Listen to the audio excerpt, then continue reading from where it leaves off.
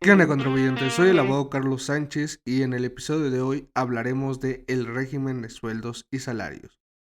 ¿Y quiénes pertenecen a este régimen? Pues todos los trabajadores, así es.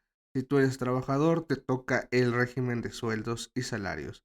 ¿Y qué es un trabajador de acuerdo a la ley? Bueno, de acuerdo a la ley, el trabajador es aquella persona que presta un servicio subordinado a cambio de una remuneración o salario que les paga el empleador.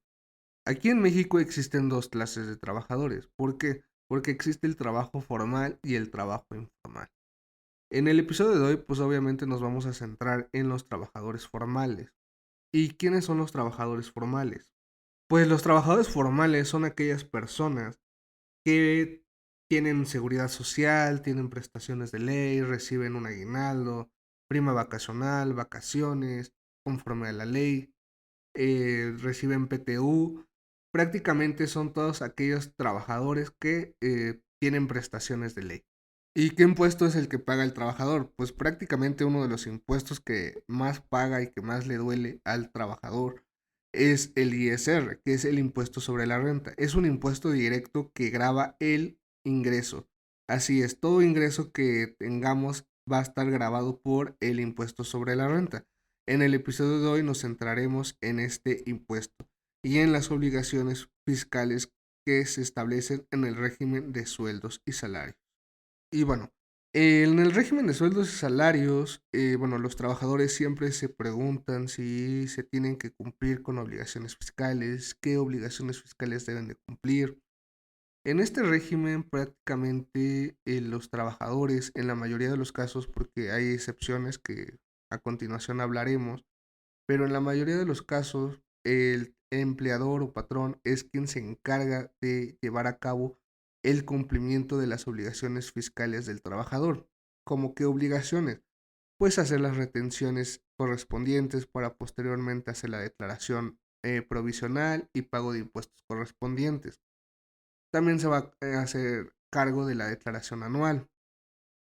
Prácticamente el empleador es quien se encarga de pagar los impuestos del trabajador. Pero sinceramente en la práctica muchas veces el empleador no cumple con estas obligaciones, ni siquiera nos dan de alta, ¿no? Entonces, como trabajadores, cuando lleguemos a laborar a una empresa, pues aunque es responsabilidad, bueno, obligación más que nada, obligación del empleador de hacer estos trámites fiscales, pues como trabajadores sí tendríamos que estar al pendiente y verificar que el empleador sí esté realizando estos trámites. Porque en dado caso de que la autoridad fiscal se dé cuenta que a lo mejor no estamos dados de alta, pero estamos percibiendo ingresos, o que estamos dados de alta y estamos percibiendo ingresos, pero no hemos hecho las declaraciones y pagos de impuestos correspondientes, pues en primera instancia a quien va a recurrir y a quien va a molestar va a ser al trabajador, a la empresa no. Posteriormente, pues obviamente ya iniciaríamos un procedimiento, una denuncia, una demanda en contra del empleador, ¿no? Porque no está cumpliendo con las obligaciones fiscales que tiene que realizar. Pero entonces, como trabajadores, pues sí tendríamos que analizar estas situaciones, ¿no? Checar que en verdad el empleador nos dé de alta en el régimen de sueldos y salarios y esté pagando los impuestos correspondientes. Vamos con ejemplos. Si nosotros aún no estamos dados de alta en el SAT y vamos a solicitar trabajo, pues es obligación del empleador darnos de alta. Obviamente el empleador nos va a solicitar cierta información para que él pueda darnos de alta. Ok, cuando nos da de alta, pues prácticamente se está generando nuestro RFC. Entonces nosotros lo que tendríamos que hacer es checar con nuestro RFC si estamos dados de alta bajo el régimen de sueldos y salarios, si es que nuestro empleador nos dio de alta en el régimen de sueldos y salarios. ¿Y cómo se checa? Bueno, entramos al portal del SAT, lo único que nos van a pedir es nuestro RFC, si es que estamos dados de alta, pues ahí mismo vamos a poder generar nuestra constancia de situación fiscal. Esta constancia de situación fiscal nos va a servir para ver en qué régimen fiscal estamos.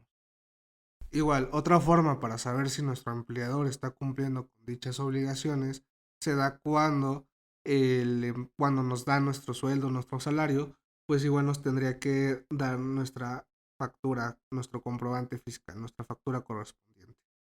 Y esta obligación que tiene el empleador de realizar las retenciones provisionales y la declaración anual y pago de impuestos se encuentra establecido en el artículo 96 y 97 de la Ley del Impuesto sobre la Renta.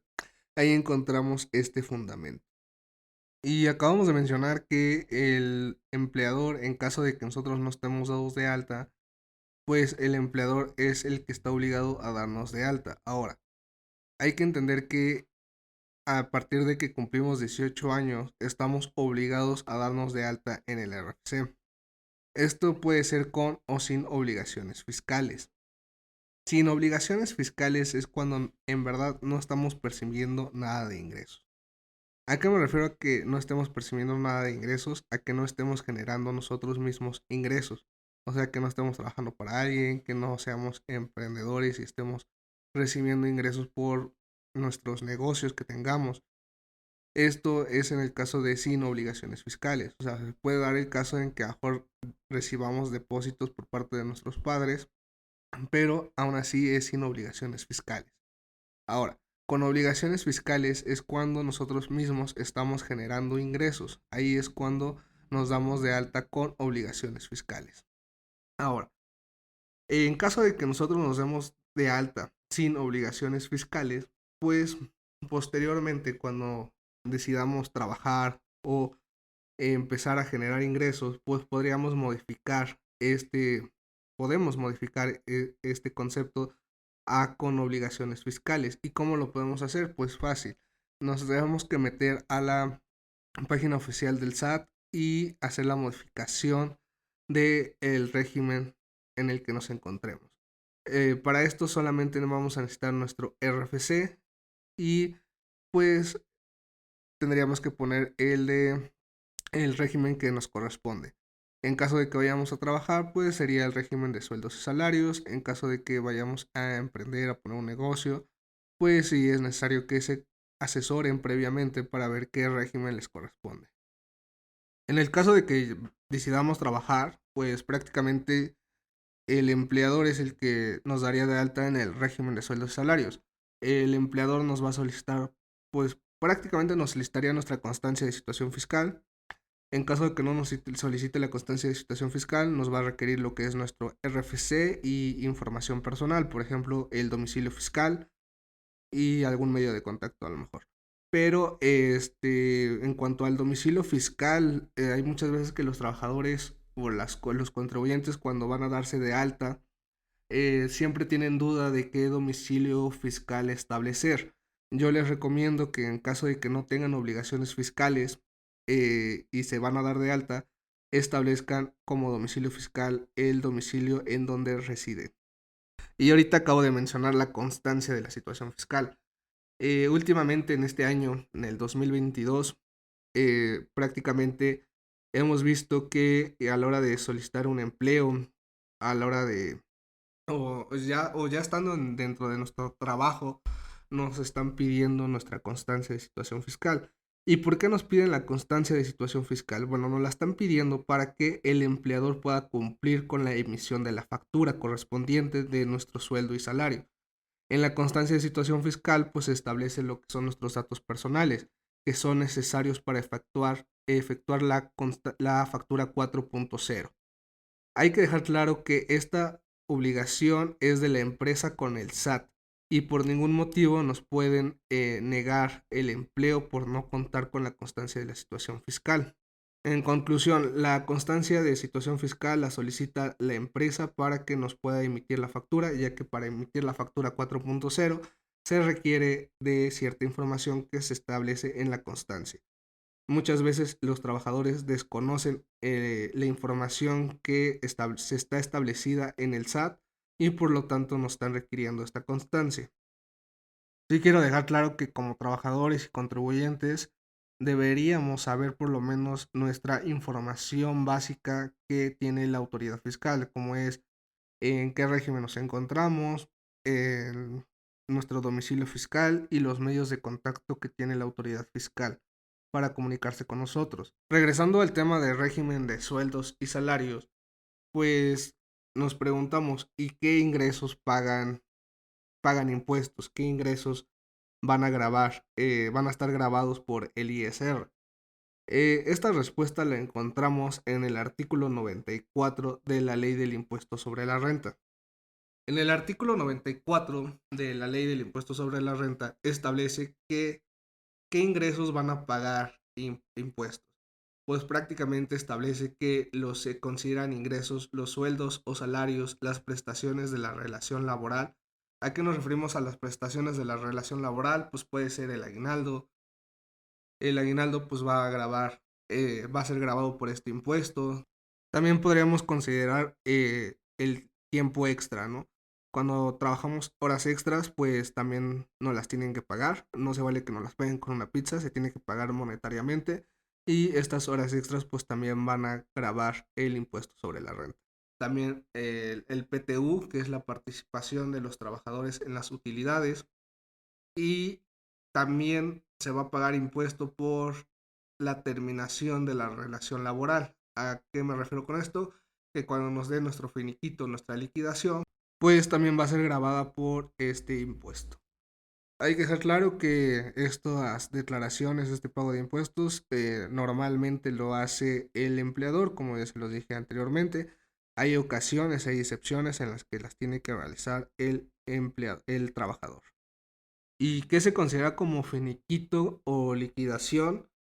Bueno, el finiquito ocurre cuando el trabajador y el empleador dan por terminada la relación laboral voluntariamente, y la liquidación es una indemnización que se le debe pagar al trabajador cuando la recesión de la relación laboral es decisión del empleador.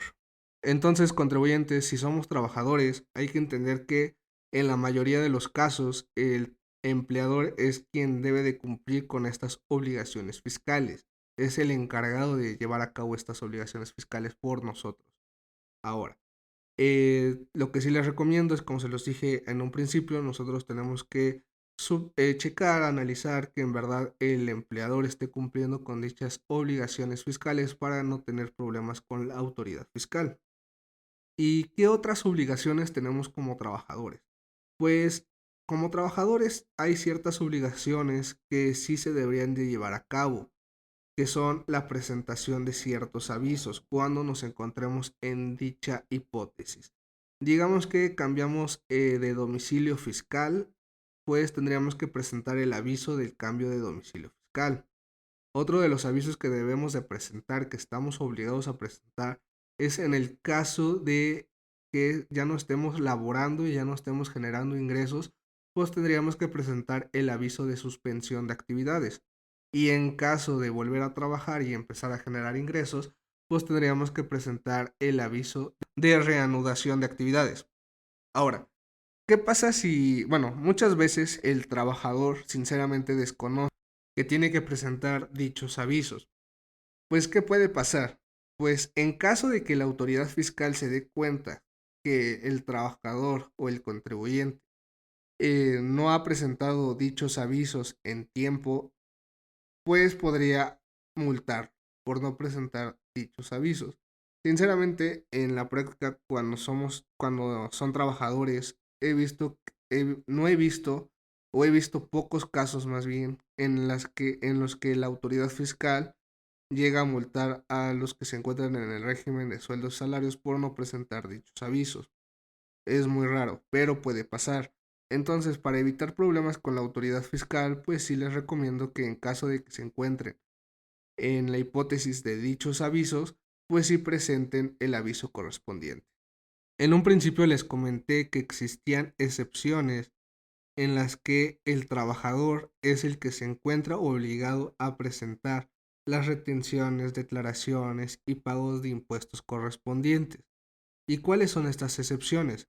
Pues vamos con la primera excepción. La primera excepción es en relación a la retención provisional. La retención provisional es la que nos va a servir para hacer nuestra declaración y hacer el pago de impuesto mensual correspondiente. Bueno, Esta excepción a la retención provisional es para las personas que obtengan ingresos provenientes del extranjero, pues tú tendrás que calcular tu pago provisional y tendrás que pagarlo a más tardar el día 17 de cada mes. Esto es solo si percibes ingresos provenientes del extranjero. O sea que si tú trabajas a lo mejor acá, pero tu empresa está en el extranjero y la empresa te paga desde el extranjero, pues tú tendrías que presentar tus declaraciones correspondientes. Y ahora vamos con la declaración anual. Habrá trabajadores que tendrán que hacer su declaración anual y no el empleado. ¿Qué trabajadores tienen que hacer la declaración anual? Pues hay tres supuestos. El primer supuesto es para aquellos trabajadores que obtienen ingresos extras. ¿Y qué se considera por ingresos extras? Que además de tu sueldo que percibes por tu empleador, tienes un ingreso extra. Aquí se pueden dar dos situaciones. La primera situación es que se puede dar, la que se puede dar es que nosotros somos trabajadores y además decidimos poner un negocio. Decimos emprender y poner un negocio, entonces prácticamente estaríamos recibiendo dos ingresos. Esto se consideraría como un ingreso extra y por lo tanto nosotros como trabajadores y como contribuyentes estaríamos obligados a hacer nuestra declaración anual y no nuestro empleador. El segundo supuesto es que tengamos dos trabajos. En caso de que tengamos dos trabajos que elaboremos para dos patrones, pues tendríamos que presentar nuestra declaración anual. Eso es lo que se consideraría como ingresos extras. Y también se considera como ingreso extra para el trabajador en caso de que haya recibido ingresos ya sea por préstamos, donativos o premios por 600,000 pesos. En esta situación estaría obligado a realizar la declaración del ejercicio fiscal correspondiente. Otro ingreso extra se podría considerar en lo que es el finiquito o la liquidación. Esto también se considera como un ingreso extra. Entonces, en caso de que nosotros recibamos nuestro finiquito, nuestra liquidación, estaríamos obligados a presentar nuestra declaración anual. Ojo aquí, tanto el finiquito o la liquidación es un ingreso que obliga a presentar la declaración anual, de conformidad con el artículo 97 de la Ley del Impuesto sobre la Renta, donde establece que el patrón no realizará el cálculo del impuesto anual en el caso de que el trabajador haya dejado de prestar el servicio antes del 1 de diciembre del año en curso. En caso de que las personas fueran despedidas en diciembre, el empleador estará obligado a realizar la retención correspondiente. Entonces, esto hay que dejarlo claro. Si nosotros recibimos un finiquito de liquidación, pero fue antes del 1 de diciembre, nosotros tenemos que presentar la declaración anual. Pero si fue en diciembre, el empleador es el encargado de hacer la retención y declaración anual. Entonces, tengan esto en cuenta, contribuyentes. El otro supuesto en el que nosotros estamos obligados como trabajadores a presentar la declaración anual es cuando tengamos ingresos que superen los 400,000 pesos. Si nosotros como trabajadores tenemos este tipo de ingresos, nosotros tenemos que presentar nuestra declaración anual. Y por último, cuando nosotros le notifiquemos al empleador que nosotros mismos realizaremos nuestra declaración anual. Esta notificación debe ser por escrito. En dado caso que nosotros queramos hacer nuestra declaración anual, pues tendríamos que notificarle al empleador sobre esta situación. Y ya por último, contribuyentes, pues vamos a tocar el tema de las deducciones. Hay que entender que en el régimen de sueldos y salarios solamente están permitidas las deducciones personales. Y aquí es cuando se preguntarán, ¿y qué son las deducciones? Pues prácticamente las deducciones son gastos que nosotros realizamos con la finalidad de disminuir el impuesto a pagar. Entonces, si nosotros realizamos gastos personales, hay posibilidades de que disminuya nuestro impuesto a pagar y tener un saldo a favor. Digamos que de impuesto a pagar son 1,000 pesos, pero nosotros tuvimos gastos de 1,100, pues tendríamos un saldo a favor de 100 pesos. Estos 100 pesos, pues prácticamente nos los tendría que devolver la autoridad fiscal a final de año por medio de nuestra declaración anual. Ahí nos va a arrojar si tenemos un saldo a favor. ¿Y cómo obtenemos las deducciones? ¿Cómo se obtienen las deducciones? Todo tenemos que facturar para poderlo hacer deducible. ¿Qué gastos tenemos que facturar? Pues prácticamente, como se los dije, solamente son permitidas las deducciones personales. No todos los gastos que facturemos van a ser deducibles. Hay que cumplir con ciertos elementos para que estas deducciones sean aprobadas por la autoridad fiscal. En caso de no cumplir con estos requisitos, pues no nos los va a aceptar la autoridad fiscal. ¿Qué se necesita para que las deducciones sean aprobadas? Pues prácticamente que los gastos que realicemos sean pagados por medio de transferencias bancarias, con tarjeta de crédito, de débito, por medio de cheque, y pues no se admite el efectivo. Solo en algunos casos se admite el efectivo, que es cuando son gastos funerarios. Solamente ahí se puede pagar con efectivo y tendríamos que solicitar la factura correspondiente.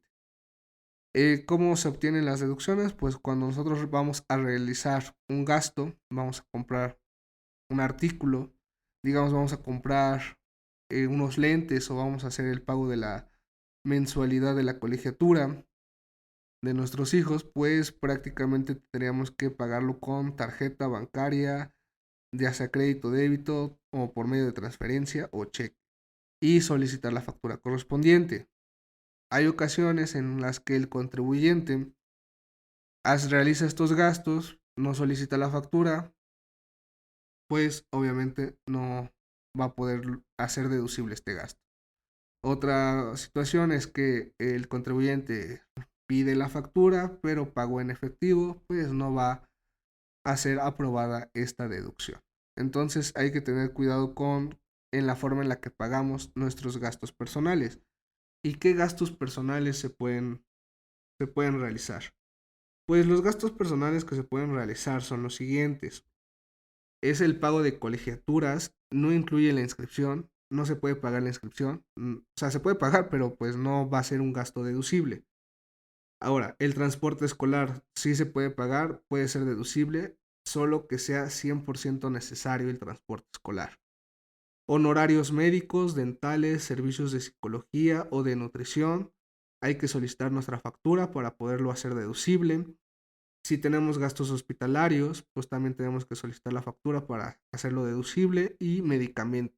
El medicamento hay que tener cuidado porque tiene que ser medicamento que nos haya vendido el hospital. Si nosotros compramos medicamento en la farmacia, no va a ser deducible. Primas de seguros de gastos médicos también es deducible. Como se lo repito, estos deben de ser pagados con tarjetas de crédito o débito mediante transferencia bancaria o cheque y no puede ser en efectivo. Ahora, y estos gastos hay que entender que estos gastos pueden ser a favor de su cónyuge, concubina, padres, abuelos o hijos. Solo hay que tener cuidado en no caer en una discrepancia fiscal. ¿Qué es la discrepancia fiscal? Cuando tenemos mayores gastos que ingresos declarados.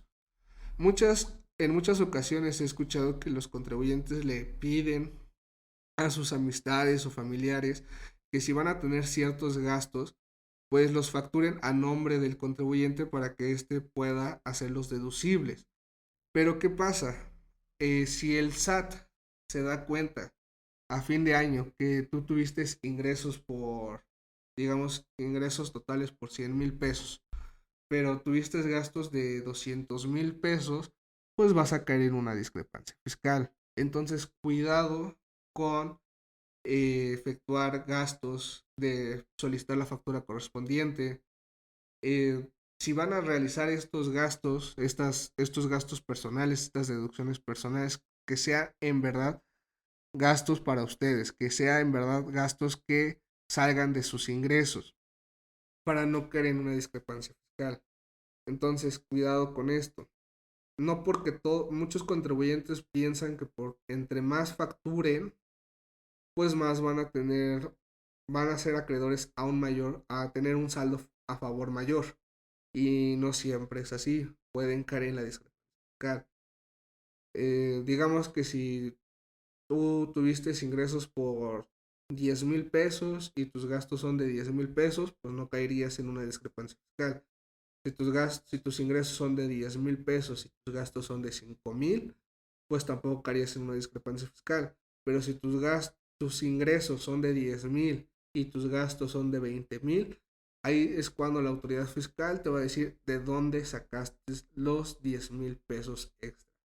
Vas a tener que pagar los impuestos correspondientes a esos 10,000 pesos. Y pues puedes ser acreedor a una multa, más recargos y actualización. Entonces, no crean que entre más facturen, van a tener un saldo a favor mayor. Y recuerden, contribuyentes, si van a ser trabajadores, eh, empresarios, comerciantes, se van a dedicar a las apuestas, a lo que sea, y van a empezar a obtener ingresos, pues antes de empezar con su relación fiscal, antes de llegar con la autoridad fiscal, pues sí les sugiero que se asesoren para que conozcan sus derechos y obligaciones fiscales. Y contribuyentes, con esto terminamos el episodio de hoy y no olviden seguirnos en nuestras redes sociales. Estamos como lasnetas.contribuyente en Instagram, TikTok, también nos encuentran en Facebook y hasta luego.